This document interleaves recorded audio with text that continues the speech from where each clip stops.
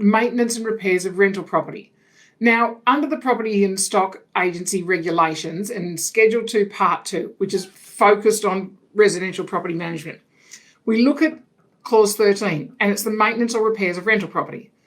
Now, we all know all about Part 1 of this. An agent managing a rental property must promptly respond to and depending on the instructions from the owner, attend to all requests by a tenant for maintenance or repairs to the property.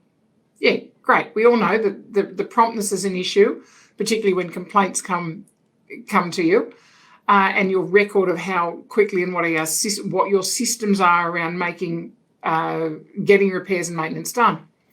However, Part 2 of this clause is really interesting and the often forgotten part of this section on maintenance and repairs. And it's if the owner has instructed that a repair not be carried out, so they're going, yeah, okay, you've asked me to get something fixed, but no, I'm not going to pay for it. No, I'm not going to do this.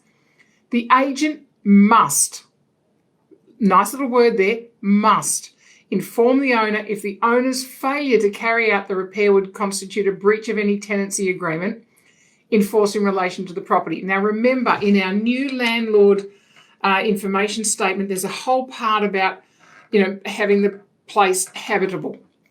And this is about, let's have a look back at what that term means.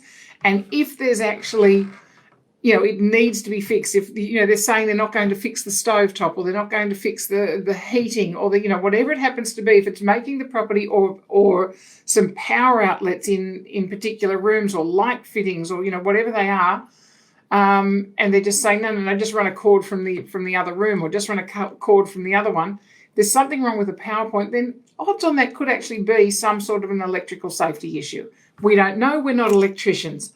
But, if that constitutes a breach of that, providing minimum habitable standards, and remember that also is covered in the new landlord information statement, so you can refer them back to that. It's actually, they actually need to attend to that because otherwise it would be a breach of the agreement. And once you get a breach of the agreement from the landlord perspective, that's when, all of your NCAT rulings are going to come into place and it's going to become a nightmare for you as an agent representing your client who is saying no to a repair or maintenance issue.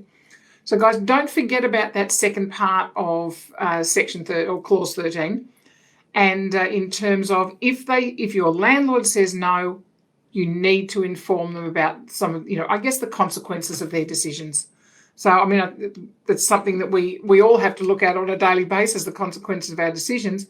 As a property manager, you need to pass that on to your landlords when it constitutes a breach.